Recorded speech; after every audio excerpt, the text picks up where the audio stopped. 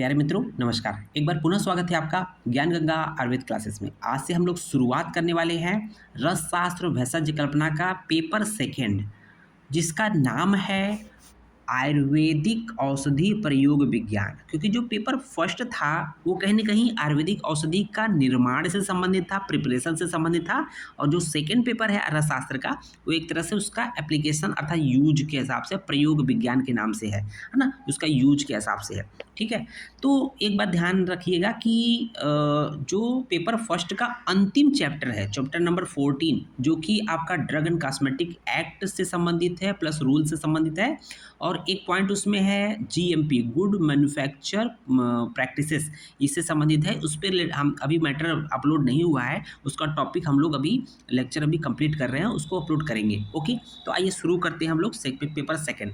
जो paper second है उसका चैप्टर नंबर 1 देखेंगे तो चैप्टर 1 का नाम क्या है? औषधि प्रयोग विज्ञान। सिंपल एक इंट्रोडक्शन है, औषधि प्रयोग विज्ञान। ओके, तो उसमें हमें 3-4 पॉइंट पढ़ने हैं। इस चैप्टर में हमें 4 पॉइंट पढ़ने हैं। तो देखेंगे पहला इंट्रोडक्शन, अर्थात औषधि प्रयोग विज्ञान से आप क्या समझते हैं। ठीक है, तो उस मतलब औषधि प्रयोग विज्ञान सबसे पहले औषधि को समझेंगे, उसके प्रयोग विज्ञान समथिंग जो भी है उसके बारे में देखेंगे परिचय की बात करते हैं, इंट्रोडक्शन। ठीक है, तो आचार्य चरक ने उत्पत्ति भेद से द्रव्य के 3 प्रकार बताया। द्रव्य का मतलब यहाँ पर है मेडिसिन औषधि की बात कर रहा है। तो आचार्य चरक ने द्रव्य भेद से जो है उत्पत्ति भेद से जो है या योनि भेद से 3 प्रकार के बताए हैं। 3 प्रकार के द्रव्य बताएं, कौन कौन से देखेंगे। चरक सूत्र 1 का श्लोक नंबर 69 देखेंगे, रेफरेंस जरूर देखिएगा बच्चों। तत् पुनः त्रिविधम गेयम जांगम औद्भिद पार्थिवम। तो वो 3 प्रकार के द्रव्य कौन कौन से हैं? पार्थिव, जांगम द्रव्य, औद्भिद द्रव्य, पार्थिव द्रव्य। तो आइए देखते हैं 3 प्रकार द्रव्य होते हैं। पहला जांगम द्रव्य, जिसको एनिमल ओरिजिन बोलते हैं, एनिमल प्रोडक्ट जो होते हैं। औद्भिद द्रव्य जो कि प्लांट ओरिजिन होते हैं। पार्थिव द्रव्य जो कि मेटैलिक या एंड मिनरल ओरिजिन होते हैं। हम लोग को ये बात जानना जरूरी है कि इन्हीं तीनों ओरिजिन से, इन्हीं तीनों द्रव्यों से जो है टोटल जो इस पृथ्वी पर जो द्रव्य हैं या जो मेडिसिन है निर्माण होता है। तो इन्हीं 3 प्रकार के द्रव्यों से प्राप्त विभिन्न प्रकार के प्रयोज्य भाग, जैसे नख अर्थात नाखून, रोम अर्थात जो रोम होते हैं, बाल होते हैं, मूत्र, गोरस गाय के जो प्रोडक्ट होते हैं, मूल, छार, कंद, शाखा, पत्तियां, स्वर्ण आदि धातुएं, मणियां, रत्न, रस, महारस, उपरस आदि का प्रयोग औषधि के रूप में किया जाता है। तो जितना भी नाम यहाँ पर लिए हैं ये सभी के सभी इन्हीं तीनों द्रव्यों से ओरिजिन होते हैं, अर्थात animal origin, plant origin, metallic and mineral origin होते हैं। ओके, तो यहाँ पर जानना जरूरी है कि औषधि निर्माण तथा संरक्षण के पश्चात जब भी औषधि का निर्माण कर लेंगे, प्रॉपर उसका निर्माण कर लेंगे जो भी विधान बताए गए हैं, और उसको प्रिजर्व कर लेंगे, उसके पश्चात रोगों के निवारण के लिए विभिन्न प्रकार के प्रयोग मार्ग द्वारा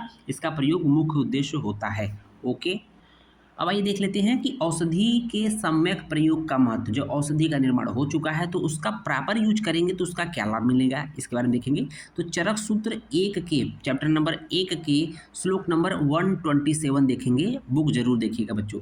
योगाद अपि विषम तीक्ष्णम युक्तम भेषजम भवेत्, भेषजम च अपि दुर्युक्तम तीक्ष्णम संपद्यते विषम। तो यहाँ पर ये बोला गया है कि अगर विष को भी, जो पॉइजन होता है, अगर उसको सम्यक रूप से यूज किया जाए, ठीक है, उग्र विष भी श्रेष्ठ औषधि बन जाती है अगर उसको प्रॉपर तरीके से यूज किया जाता है। तो आपने सुना होगा, अभी पढ़ेंगे कि जांगम विष के लिए जो आपका जांगम विष की स्थिति में वह प्लांट विष जो द्रव्य होते हैं उसका सेवन किया जाता है। अगर किसी को प्लांट जो के ओरिजिन वाले विष होते हैं, जो जैसे भल्लातक हो गया, तो इनके खाने से फिर जांगम विष का प्रयोग किया जाता है जिससे वो ठीक हो जाए। ठीक है, तो यहाँ पर देखेंगे कि सम्यक प्रकार से प्रयोग करने में उग्र विष भी श्रेष्ठ औषधि बन जाती है तथा दुर्युक्त अर्थात असम्यक प्रयोग से उत्तम औषधि भी विष की तरह काम करती है। तो ये डिपेंड करता है कि आप मेडिसिन का प्रयोग किस प्रकार से करते हैं, प्रॉपर तरीके से करते हैं कि इम्प्रॉपर तरीके से करते हैं, अर्थात सम्यक प्रकार से करते हैं कि असम्यक प्रकार से करते हैं। ये तो था सिंपल एक औषधियों के निर्माण, औषधियों का प्रयोग से संबंधित इंट्रोडक्शन। अब देखेंगे इसमें दूसरा पॉइंट हम लोग को पढ़ना है निरुक्ति अर्थात एटमोलॉजी। ठीक है ना, तो औषधि प्रयोग विज्ञान में देखना है कि देखेंगे औषधि प्रयोग विज्ञान वह क्षेत्र है, पहले इसके बारे में जानते हैं। औषधि प्रयोग विज्ञान वह क्षेत्र है जिसमें औषधि एकल अथवा योग, औषधि चाहे सिंगल ड्रग हो चाहे वो कॉम्बिनेशन से बनी हो, के रूप में उसके गुण, कर्म, चिकित्सीय प्रयोग, मात्रा, अनुपान, सेवन काल के साथ साथ इसके असम्यक प्रकार प्रयोग से उत्पन्न प्रभाव का अध्ययन किया जाए, उसे औषधि प्रयोग विज्ञान कहा गया है। एक्चुअली जो टर्म है औषधि प्रयोग विज्ञान, 3 टर्म हो गया, पहला औषधि, दूसरा प्रयोग, तीसरा विज्ञान। ओके, तो देखेंगे औषधि क्या है, रस के द्वारा आरोग्य का आधान होता है, रस के द्वारा ही तो आरोग्य का आधान होता है, इसलिए रस को धारण करने वाला औषधि कहलाता है। तो जो भी औषधि होती है उसमें रस होती है, ठीक है ना, रस गुण विपाक ये सब होता ही होता है। प्रयोग क्या है, प्र प्लस यूज प्लस घई, ठीक है, किसी विषय का प्रायोगिक ज्ञान प्रयोग कहलाता है। ओके, प्रैक्टिकल नॉलेज उसका प्रयोग कहलाता है। विज्ञान क्या है, विशिष्ट ज्ञान होता है, अतः तीनों को कंबाइन करके कह सकते हैं कि औषधि प्रयोग जन्य विशिष्ट ज्ञान को औषधि प्रयोग विज्ञान कहा जाता है। अब देखेंगे जो तीसरा पॉइंट हम लोग को पढ़ना है इस चैप्टर में, स्कोप ऑफ औषधि प्रयोग विज्ञान, अर्थात औषधि प्रयोग विज्ञान का क्या स्कोप है, क्यों पढ़ रहे हैं। तो पहले देखेंगे चिकित्सा के क्षेत्र में हम लोग को इसको जानना है, दूसरा है निदान के क्षेत्र में जानना है, तीसरा है अनुसंधान के क्षेत्र में जानना है, चौथा है सौंदर्य प्रसाधक के क्षेत्र में जानना है, और चौथा पांचवा है न्यूट्रासिटिकल के क्षेत्र में। एक टॉपिक है इसमें देखेंगे न्यूट्रासिटिकल। ओके, इन सभी के बारे में, मतलब इन इन क्षेत्र में हम लोग को इसका स्कोप है, ठीक है। तो पहला है चिकित्सा के क्षेत्र में। चिकित्सा क्षेत्र में क्या है, विभिन्न औषध योगों का रोग निवारण, मतलब रोगों के निवारण हेतु, जैसे कंस हृतकी का गुल्म में, तो ध्यान दीजिएगा कंस हृतकी का प्रश्न पूछता है, कंस हृतकी का जो रोगाधिकार है शोथ होता है, शोथ मतलब इडिमा, तो गुल्म में भी इडिमा होता है, शोथ होता है, ठीक है ना। कंस हृतकी का रोगाधिकार क्या है, शोथ होता है, ठीक है ना। अब कंस हृतकी को आगे हम लोग डिटेल में पढ़ेंगे। तो कंस हृतकी में हृतकी की मात्रा 1000 पड़ी होती है, उसको 1 हृतकी प्रतिदिन खाने को बोला जाता है, उसकी मात्रा हो गई कंस हृतकी की 1 हृतकी प्रतिदिन खाने को है, 1000 हृतकी इसके निर्माण में बना हुआ है, ठीक है। कंस हृतकी का प्रयोग शोथ अर्थात गुल्म में बताया गया, ये तो होगा चिकित्सा क्षेत्र में। दूसरा है निदान के क्षेत्र में।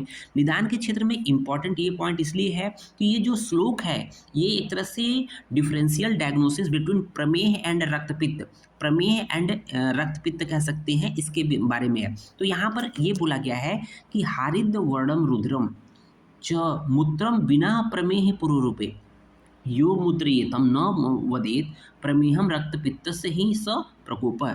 तो यहाँ पर ये बोला गया है कि आप किसी रोगी को ये देखते हैं उसके मूत्र में हरिद्रा वर्ण का अर्थात रुधिर वर्ण का अगर मूत्र आ रहा तो उसको डायरेक्ट ये नहीं कर देंगे कि उसको क्या हुआ है कि आपको वो प्रमेह हुआ है, ठीक है, ये नहीं कह देंगे जब तक कि उसमें प्रमेह के पुरुरूप न उत्पन्न हुए हों।